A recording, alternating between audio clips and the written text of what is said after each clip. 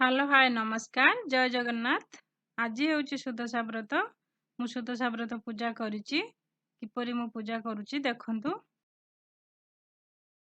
काम तो सब सइलाणी, झुटी दे साइलिणी। एबे मंडा तयारी करुछि। 10टी मंडा तयारी करिवि, ठाकुरଙ୍କ बाहर भोग लागिवो।